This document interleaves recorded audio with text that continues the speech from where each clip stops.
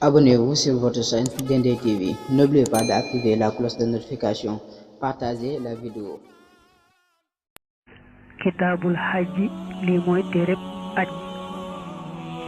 aj Màkka daa bokk ci ponk lislaam ci ku ko man moom nag wax na ci waxin wu yaatu wu leer a leer.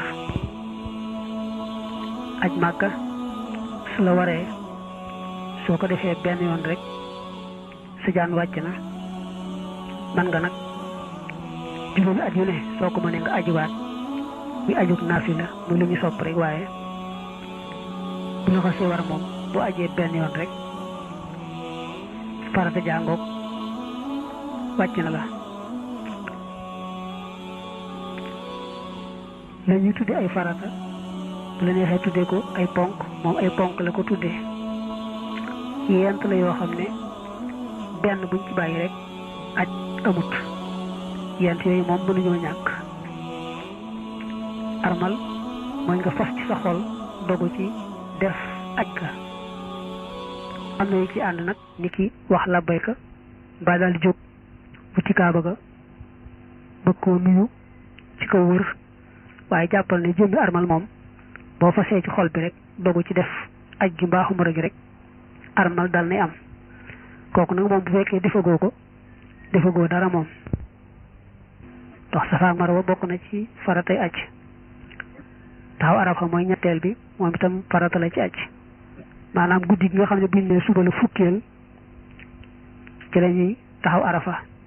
am na taxawaay buy jiitu nag balaa jant bee so, waaye taxawaay boobu warugar la bu dee ci yoonu Maalik. bokk bàyyi itam am na alamaan bu ñu lay teg rek, waaye nag taxaw ba ñuy taxaw gannaaw bu jant ba sowee ci guddi googu moom balaa fajar fenk taxawaay ba lu mu néew doy, waaye mënta ñàkk farata la.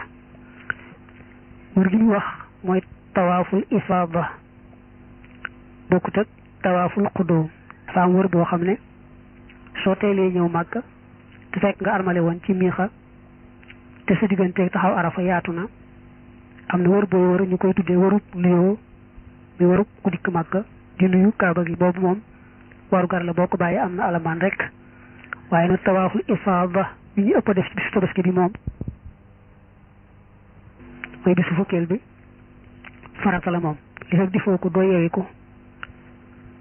bu bis bi jàllee nag te defoo ko it faaw rek nga def ko, mbaa boo ko deful rek doo yeewi ko. boo ñibbi woon ba sa musée it da ngay ñëwaat rek def si ko door a yeewi ko, waaye li fekk defoo ko doo yeewi ko ci aj gi.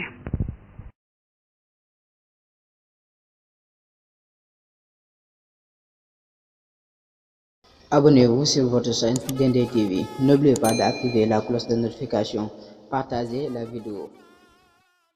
Abonnez-vous sur votre chaîne Dendey TV. N'oubliez pas d'activer la cloche de notification. Partagez la vidéo.